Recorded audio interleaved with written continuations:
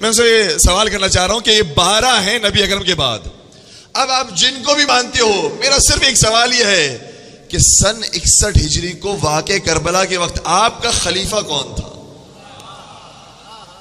آپ کا امام کون تھا؟ آپ کا مولا کون تھا؟ آپ کا حجت خدا کون تھا؟ آپ کس کو امام وقت مانتے تھے؟ سن 61 ہجری کا مجھے امام بتا دو۔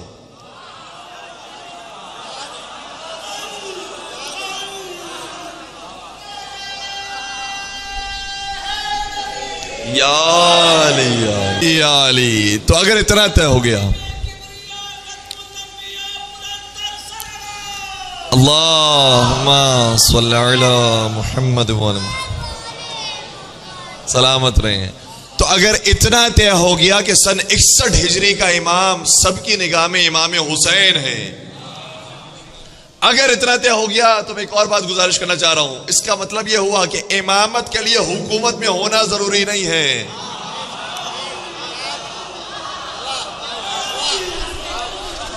اب یہ نہ تلاش کرو کہ کن کن کو حکومت ملی ہے، یہ دیکھو کہ کن کن کے پاس امامت تھی۔ جب سن 61 ہجری کے اندر ہم یہ دیکھ رہے ہیں کہ مولا امام صلی اللہ علیہ وسلم امام ہیں جبکہ حکومت نہیں ہے، تو اس کا مطلب یہ ہوا کہ امامت کے لیے حکومت شرط نہیں ہے، چاہے اس سے پہلے ہو چاہے اس کے بعد ہو، امام ہوتا ہے چاہے حکومت میں ہو یا حکومت میں نہ ہو۔ اور قرآن کریم نے معیار دیا ہے۔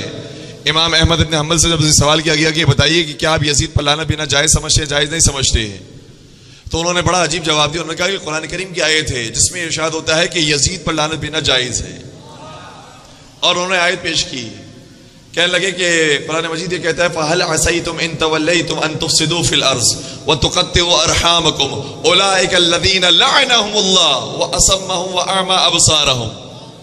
قرآن کریم یہ کہتا ہے کہ کیا تمہیں اس بات میں تعجب ہو رہا ہے کہ اگر منافقین کو حکومت مل جائے گی، اگر منافقین حکومت چھین لیں گے تو یہ زمین میں فساد بھی برپا کریں گے اور قطع رحمی سے کام بھی لیں گے۔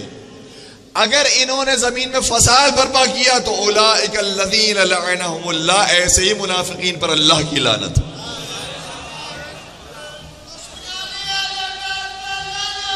بے شک، تو اتنا تو طے ہو گیا کہ اگر کوئی حکومت میں آ جائے اور منافق ہو تو یہ نہ دیکھو کہ وہ حکومت میں ہے، یہ دیکھو اس کا کردار کیا ہے۔ اگر وہ زمین میں فساد پھیلانے والا ہے تو اللہ کی لعنت اس کے اوپر نازل ہوتی ہے۔ اب اس کے بالمقابل ان لوگوں کے بارے میں بھی ہم قرآن سے پوچھتے ہیں کہ اے قرآن یہ بھی بتا، اگر مومنین حکومت میں آ جائیں تو ان کا کردار کیا ہوتا ہے، کیسے پتہ چلے کہ وہ امام ہے یا نہیں ہے؟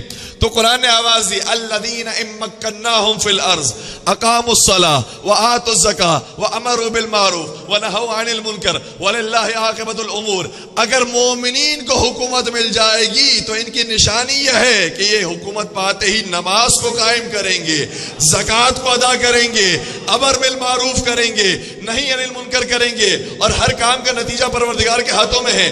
اب مجھے انصاف سے بتائیے گا، جب ہم کربلا جاتے ہیں تو یہ زیارت میں جملہ کہتے یا نہیں کہتے کہ اشہد انک قد اقمت الصلاۃ وآتیت الزکاۃ وامرت بالمعروف ونہیت عن المنکر؟ اے حسین میں گواہی دیتا ہوں آپ نے نمازوں کو قائم کیا ہے، آپ نے زکوٰۃ کو ادا کیا ہے، آپ نے امر بالمعروف کیا ہے، آپ نے نہی عن المنکر کیا۔